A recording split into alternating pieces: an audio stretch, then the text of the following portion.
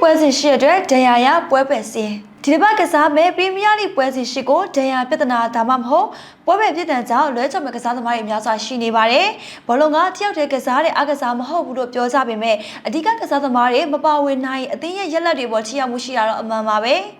ဘောလုံးပွဲဆော့တဲ့အကိုရေး6ခုဖြစ်စေဖို့အတွက်ဒီတစ်ပတ်ပရီးမီးယားလိပွဲစဉ်ကိုလွဲချော်မဲ့ကစားသမားတွေအကြောင်းကိုအားရဆက်သက်ဆက်ပေးသွားမှာပဲဖြစ်ပါတယ်။ကျွန်တော်တို့စနေညအစောဆုံးဖြစ်ညနေ6နာရီမှာကစားမယ်ကျွန်တော် Nottingham Forest နဲ့ Chelsea ပွဲကိုကျွန်တော် Chelsea ကစားသမား17ယောက်ထိလွဲချော်မှာဖြစ်ပါတယ်။ Chelsea တင်းရဲ့ဒါအဓိကကစားသမားတွေဖြစ်ကြတဲ့ Colwell ဒီလစ်ပါမာဖိုဖာနာချာလူဘာလို့ကဒီဘက်ကိုတေချာပေါက်လွဲချော်မှာဖြစ်ပြီးတော့ Vijay Anzo တို့ကလည်းကြက်ခိုင်မှုပြေးဖို့ရုန်းကန်နေရပါတယ်။ဒါ Nottingham Forest ဘက်မှာဆိုရင်တော့ Aina Zinchenko နဲ့ Douglas Luiz တို့ကဒီဘက်မှာပေါင်ကစားနိုင်မှာမဟုတ်ပါဘူး။ဆက်လက်ပြီးတော့ကျွန်တော် Brighton နဲ့ Newcastle ပွဲမှာဆိုရင်တော့ Brighton အသင်းက Waspa Solomon Matt တို့ကလွဲချော်မှာဖြစ်ပြီးတော့ Newcastle အသင်းမှာဆိုရင်တော့ Lewis Hall Librahman တို့ Wisa တို့ကကစားနိုင်မှာမဟုတ်ပါဘူး။ကျွန်တော်ဆက်ပြီးတော့ Burnley နဲ့ဒီပွဲကိုသွားကြည့်လိုက်မယ်ဆိုလို့ရှိရင် Burnley အသင်းက Robert Anito တို့ကလွဲချော်မှာဖြစ်ပြီးတော့ဒီအသင်းမှာဆိုရင်လည်း Harry Gray Grant တို့ကကစားနိုင်မှာမဟုတ်ပါဘူး Crystal Palace ဖုံးမောက်ပွဲမှာဆိုရင် Crystal Palace အသင်းကဒူကူတွေကလွဲချော်မှာဖြစ်ပြီးတော့ဖုံးမောက်အသင်းမှာဆိုရင်တော့ကျွန်တော် Adam Spain နဲ့ Unai တို့ကဒီပွဲကိုလွဲချော်မှာပါ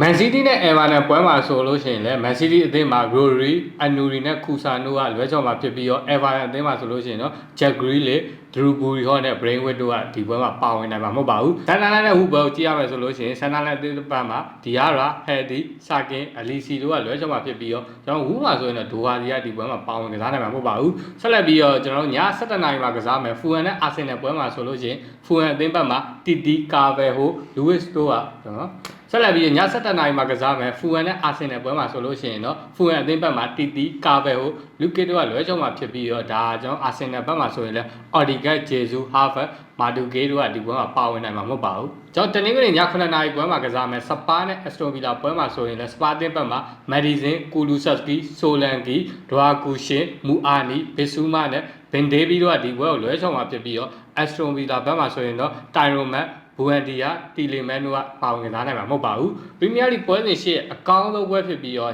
10:00နာရီမှာကစားမယ် Liverpool နဲ့ Manchester United ပွဲမှာဆိုရင်တော့ Asian Liverpool အသင်းဘက်မှာ ဂိုးသမား Alisson Konate နဲ့ Leone တို့ကလွဲချော်မှာဖြစ်ပြီးတော့ Manchester United အသင်းဘက်မှာဆိုလို့ရှိရင် Lisandro Martinez နဲ့ Masraoui တို့ကဒဏ်ရာရတယ်လို့ Bruno Fernandes, Konya, Diallo နဲ့ Casemiro တို့ကလည်းကြက်ခိုင်မှုပြေဝရုန်းကန်နေရတယ်လို့သတင်းထွက်ပေါ်နေပါတယ်ဒါကြောင့် Premier League ပွဲစဉ်ရှိအပိတ်ပွဲဖြစ်တယ်လို့တနင်္လာနေ့ညတနာရီခွဲမှာကစားမဲ့ West Ham နဲ့ Brentford ပွဲမှာဆိုရင်တော့နှစ်ဖက်လုံးကအဓိကကစားသမားရကြီးကြီးမားမားတန်ရာမရှိဘဲနဲ့သူတို့ပေါ့နော်အဓိက line နဲ့ပဲပွဲထွက်လာပဲရှိနေပါတယ်